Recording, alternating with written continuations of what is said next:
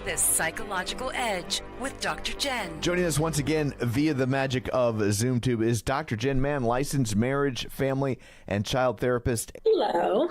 All right, full disclosure, this question is from me, but I think a lot of people are feeling it. And that is, how do you cope when your favorite instructor leaves Peloton? And then can you also give your answer again in German? Well, I think, yes.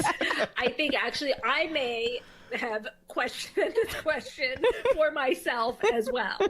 Like it's been a brutal month for all of us who love Peloton and love our instructors, and who especially who love yoga, Ross and Kristen and also Kendall, and is it Tobias? Yes, Tobias, yeah.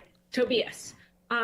So clearly I don't speak German, but I know that there are a lot of people who love him and who speak German or don't, but love him, his music selection, his vibe. And look, it is incredibly difficult to lose an instructor, and only people in the Peloton community can truly understand this. You tell your friend who doesn't have a Peloton how devastated you are about Ross leaving, and they're not going to get it. No, so they're not. First of all, I think that you want to talk to the Peloton community about this, that this is something where you want to reach out to people you know in the Peloton community. You want to go to the Clip Out, the Facebook, the Instagram, and be able to really talk with the community. And I think you've got to give yourself room to grieve. And I think that also it creates a lot of anxiety. Like, I know that I do a lot of Ross meditations, and I've had to really go, okay, I can see there's going to be a day where as time goes by and they do takedowns where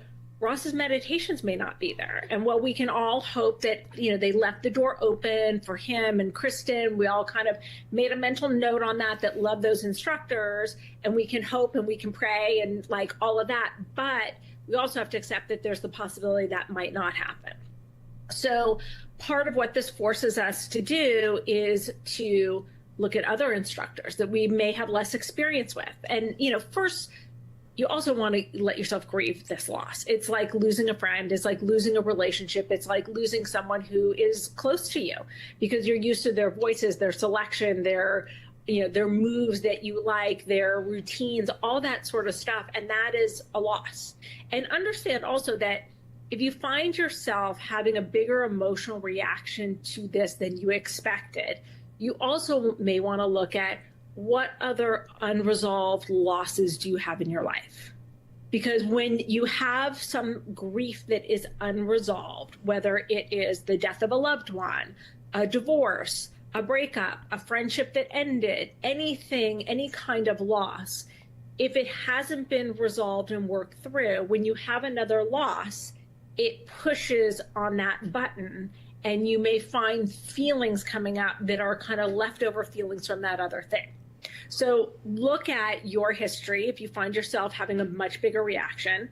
And if that's not the case, then just let yourself grieve this loss. Let yourself talk it through with your friends. Let yourself kind of feel those feelings that when you turn on your bike or your screen or your app or your whatever, and you see your instructor that you now know is not going to be dropping new content for much longer, if at all, that let yourself feel sad. Let yourself grieve. Like, that's okay. Once you get to the other side of that grief, then what you really want to do is say, okay, what instructors have I not given a chance to? Who have I kind of, because I'm so into this one instructor, maybe you've taken their content exclusively, or maybe you stick to the same 2 or 3 instructors.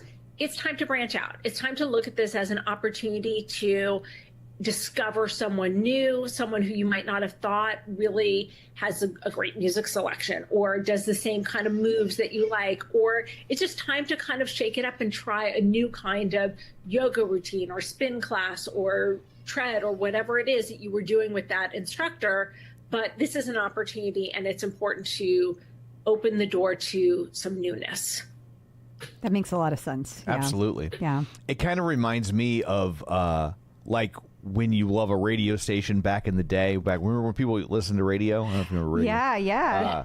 And your favorite DJ would leave, and you'd be like, "Oh man!" Like, and at least nowadays you can still follow these instructors That's on their true. social media channels. Back then, if your favorite DJ left, he's in a different city, or she is in a different city now. Yeah. And like, there was no way. Also, you never got any closure. They Yeah, would just 'cause- leave. One day you turn on the radio and they'd there's just a be new gone. morning DJ and there's Yeah. no closure. It's not okay. It's not okay. I'm still bitter. Not at all. And look, Tom talked about this on another one of your podcasts that I really appreciate, where he was talking about how in radio, how you go to the you go to the station and you're locked out and you're done.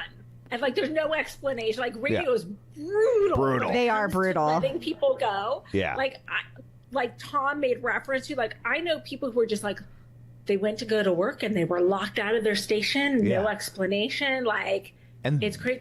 they might have worked there 10 or 15 years. That is crazy town. Yeah. That's just crazy town. Yeah.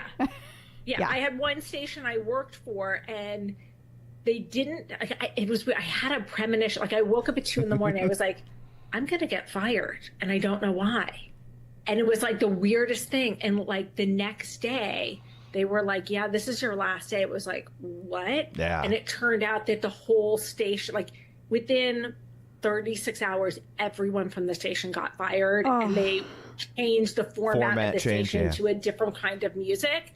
And they weren't doing any, I was doing advice in between music, and there were no DJs. They got rid of all the DJs. But it's brutal. And it's brutal when an instructor who you love all of a sudden is gone. And, the good news is we've had some reassurance recently about people renewing their contract, and that we've heard rumors that this is for 3 years. So we're all crossing our fingers. Okay, we should be okay. We may not have to face this loss and this grief for another 3 years, hopefully.